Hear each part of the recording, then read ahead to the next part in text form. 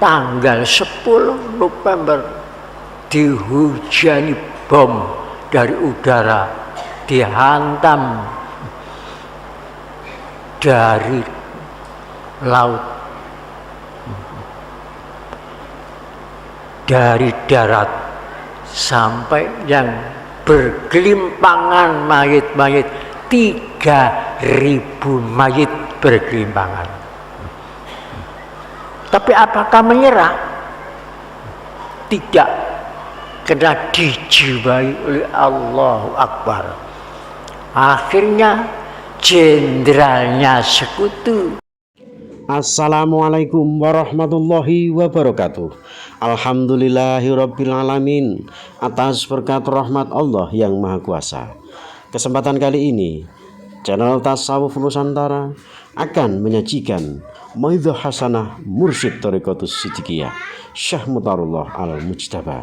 Kali ini beliau akan menyampaikan tentang umur Indonesia waktu 3 bulan tidak menyerah oleh sekutu. Begitulah jiwa-jiwa yang dimiliki oleh orang-orang Indonesia zaman dulu ketika waktu masih berusia 3 bulan. Untuk itu, simak selengkapnya pengajian Mursyid Thariqatus Siddiqiyah sampai habis agar tidak gagal paham. Silahkan menyaksikan.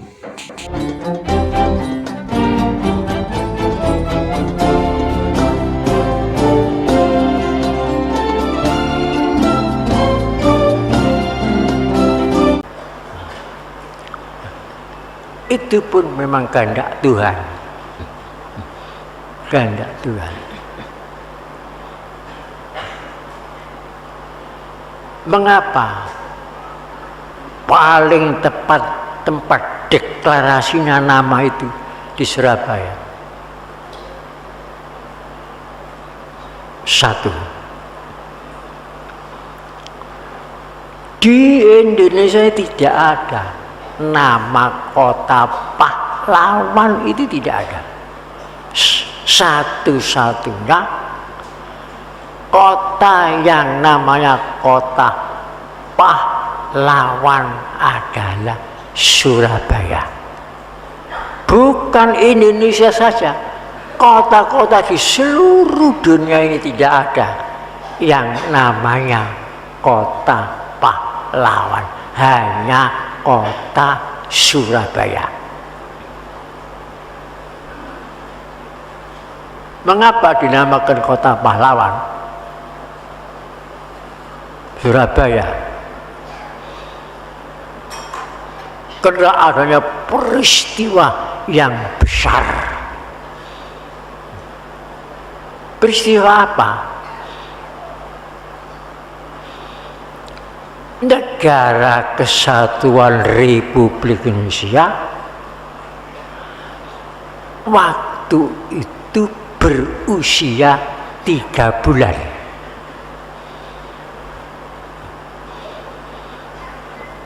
Berdirinya negara Kesatuan Republik Indonesia kan di bulan puasa, bulan Ramadan, bulan Agustus, tanggal 18 Agustus 45 berdiri negara. Jadi kalau dihitung dari berdirinya sampai 10 November baru usia 3 bulan.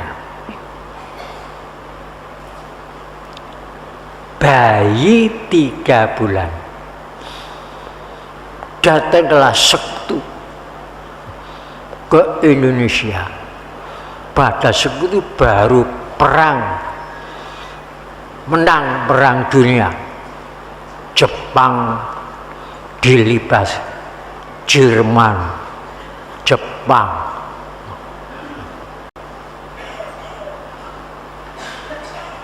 Italia, Turki, semua dikalahkan oleh sekutu.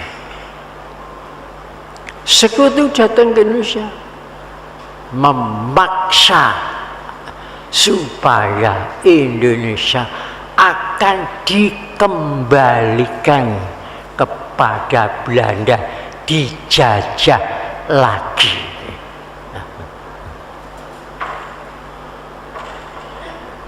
Negara Indonesia tidak tahu, walaupun usia 3 bulan. Kemudian diultimatum oleh sekutu. Waktu itu sekutu Inggris mewakili sekutu. Kalau tidak mau menyerah, Surabaya akan dilumatkan, dihancurkan dari udara, dari laut, dari darat.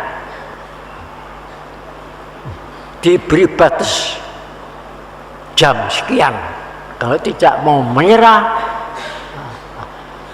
dihancurkan. Apa jawabnya? Indonesia hanya dijawab satu kalimat, Allahu Akbar, Allahu Akbar. Akhirnya jadi tanggal 10 November dihujani bom dari udara, dihantam dari laut, dari darat, sampai yang bergelimpangan mayit-mayit, 3.000 mayit bergelimpangan. Tapi apakah menyerah? Tidak, karena dijiwai oleh Allahu Akbar. Akhirnya jenderalnya sekutu yang namanya niku, lupa saya namanya itu, wafat di Surabaya. Gempar dunia, gempar. Selama perang 5 tahun sekutu, jenderalnya tidak pernah kalong, tidak pernah, tidak ada yang mati. Tapi kenapa melawan arek Surabaya, senjatanya hanya bambu runcing, kok bisa mati jenderalnya itu?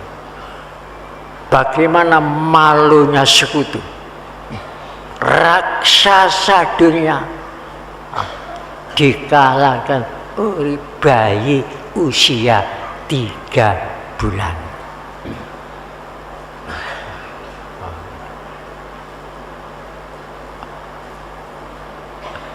Akhirnya tetap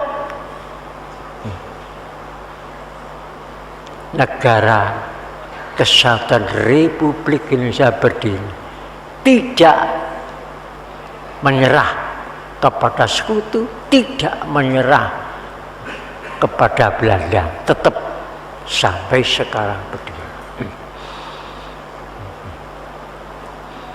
Malah Jenderal Malabi yang mati, tidak nyangka waktu itu, sekutu tidak nyangka kalau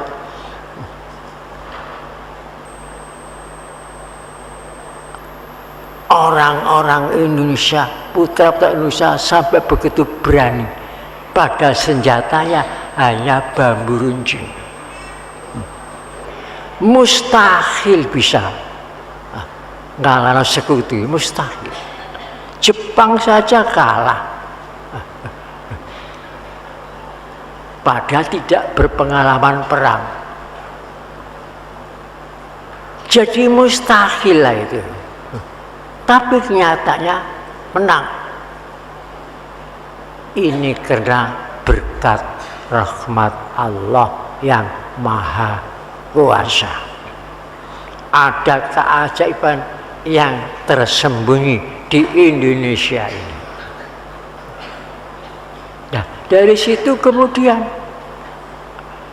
nama Surabaya menjadi nama kota pahlawan, kota pahlawan, sehingga ditandai Tugu Pahlawan yang ada di Surabaya. Melihat tempat itu besarnya sejarah, maka lebih tepatlah kalau nama organisasi Kausaran Putri Hajarullah Siddiqah saya deklarasikan di kota pahlawan, supaya wanita Siddiqah menjadi pahlawan Islam. Itulah yang saya mau. Alhamdulillah, ternyata fakta bicara bagaimana giatnya ibu-ibu Kausaran Putri ini, bagaimana membalap sampai bapak-bapaknya kalah buanter.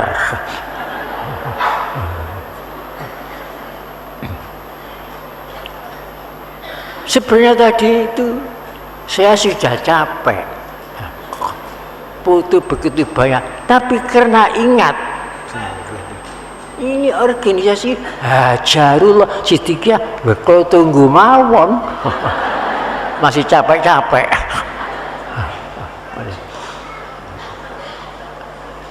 Itulah, jangan sampai lupa namanya Hajarullah Siddiqah. Hajarullah Siddiqah artinya Hajarullah itu orang yang berhijrah kepada Allah. Hadisnya begini, qala Rasulullah sallallahu alaihi wasallam, afdalul muhajirin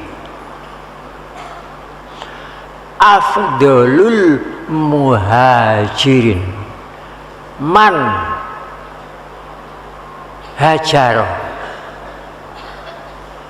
manahallahu ta'ala anhu.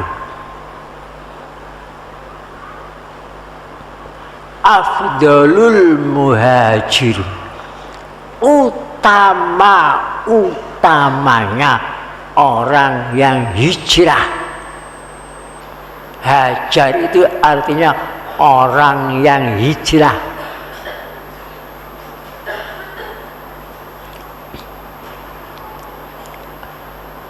Afdalul muhajirin, man orang hajaro yang telah berhijrah, sesuatu amanahallahu, dari sesuatu yang dilarang oleh Allah. Itu utama hijrah. Hijrah dari munafik menuju iman yang ikhlas. Hijrah dari ya menuju ikhlas. Hijrah dari syirik menuju tauhid. Hijrah dari kezaliman menuju keadilan. Hijrah dari sayyiat, keburukan, menuju hasanat. Hijrah dari mafsadat menuju maslahat. Hijrah dari mudarat menuju manfaat.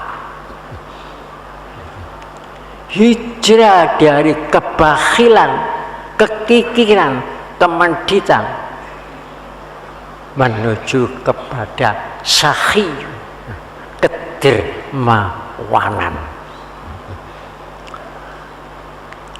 Hijrah dari yaksu, putus asa, menuju kepada kesabaran, keuletan, ketangguhan. Kalau di global itulah yang dinamakan hijrah kepada Allah. Fafirru ilallah. Jadi hijrah dari kekufuran ke syukur itu nama hijrah kepada Allah. Pindah. Kalau kebetulan di dalam tergelincir dalam keburukan tidak mau hijrah, tetap selamanya dalam buruk.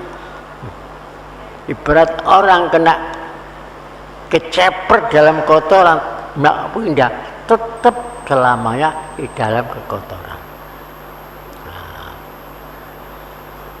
jadi hijrah kepada Allah itu maksudnya tersebut.